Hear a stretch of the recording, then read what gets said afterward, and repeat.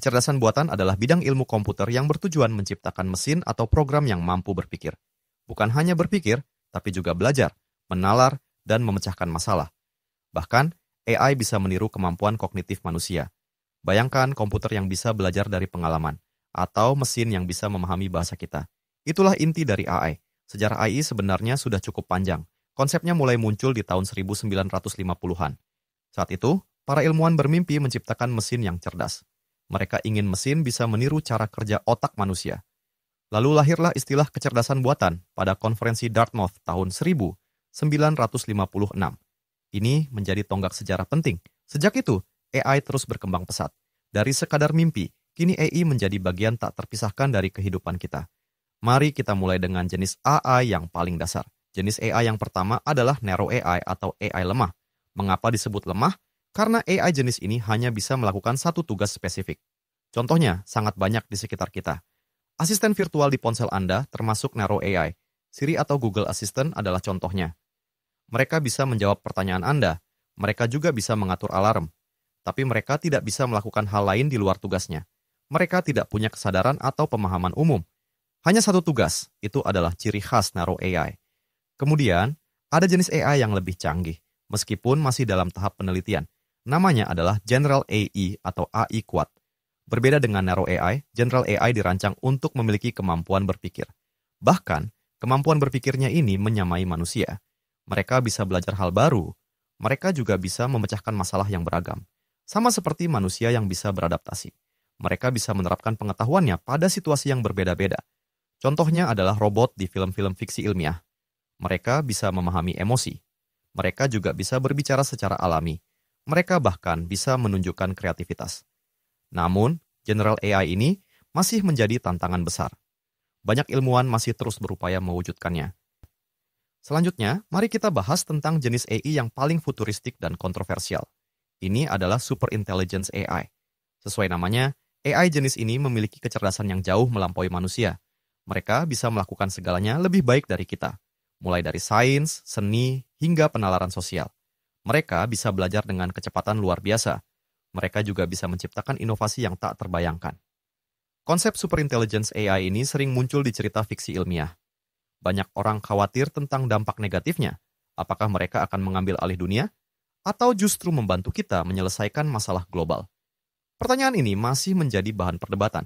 Superintelligence AI masih berupa teori. Kita belum tahu kapan atau apakah akan benar-benar terwujud.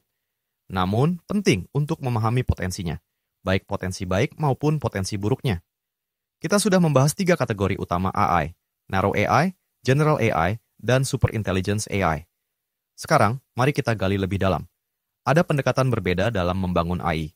Ini akan membantu kita memahami bagaimana AI bekerja. Yang pertama adalah Rule-Based AI. Jenis ini bekerja berdasarkan aturan yang sudah ditetapkan.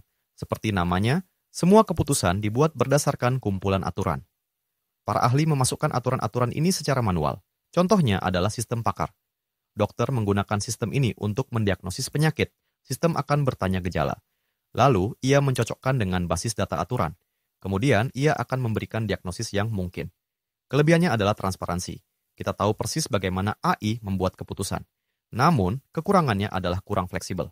AI ini tidak bisa beradaptasi dengan situasi baru. Jika ada aturan baru, kita harus memprogram ulang. Ini cukup merepotkan. Selanjutnya, ada machine learning, ML. Ini adalah salah satu cabang AI yang paling populer saat ini. Machine learning memungkinkan sistem belajar dari data, tanpa harus diprogram secara eksplisit. Ini seperti anak kecil yang belajar dari pengalaman. Mereka tidak diberitahu setiap aturannya. Mereka belajar dari contoh-contoh. ML bekerja dengan mengenali pola dalam data. Lalu, mereka membuat prediksi atau keputusan. Contohnya adalah rekomendasi film di platform streaming. ML akan menganalisis film yang Anda tonton. Kemudian, ia akan menyarankan film yang mungkin Anda suka. Ini sangat efektif dan adaptif. Machine learning telah merevolusi banyak industri, dari pengenalan wajah hingga mobil tanpa pengemudi. Kemampuannya luar biasa. Ini adalah kunci di balik banyak inovasi AI modern. Di dalam machine learning, ada beberapa kategori utama. Yang pertama adalah supervised learning. Dalam supervised learning, model dilatih menggunakan data berlabel. Artinya, setiap data punya jawaban yang benar. Contohnya adalah memprediksi harga rumah. Kita punya data rumah. Data ini berisi luas, jumlah kamar, dan harganya. model akan belajar dari data ini. Lalu, ia bisa memprediksi harga rumah baru. Ini sangat efektif untuk tugas klasifikasi dan regresi. Yang kedua adalah unsupervised learning. Berbeda dengan supervised learning, model unsupervised learning belajar dari data tanpa label.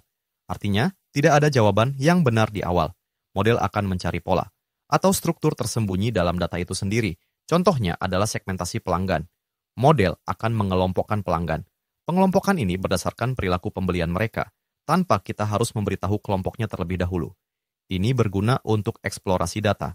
Yang ketiga adalah reinforcement learning. Ini adalah jenis ML yang unik. Agen belajar melalui coba-coba. Mereka berinteraksi dengan lingkungan. Lalu, mereka menerima umpan balik. Umpan balik ini bisa berupa hadiah atau hukuman. Mirip seperti anjing yang dilatih. Jika melakukan hal yang benar, mereka mendapat hadiah.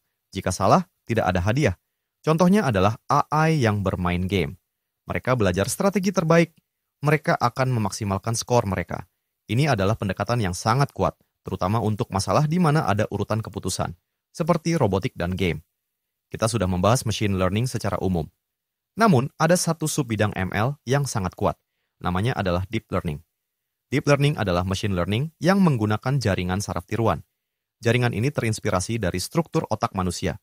Mereka memiliki banyak lapisan. Setiap lapisan memproses data. Lalu mereka mengirimkan hasilnya ke lapisan berikutnya. Ini memungkinkan mereka belajar pola yang sangat kompleks. Contohnya adalah pengenalan wajah.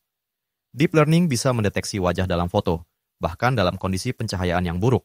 Contoh lain adalah penerjemah bahasa. Deep learning membuat penerjemahan menjadi lebih akurat karena kemampuannya mengenali nuansa bahasa. Deep learning adalah pendorong utama kemajuan AI saat ini.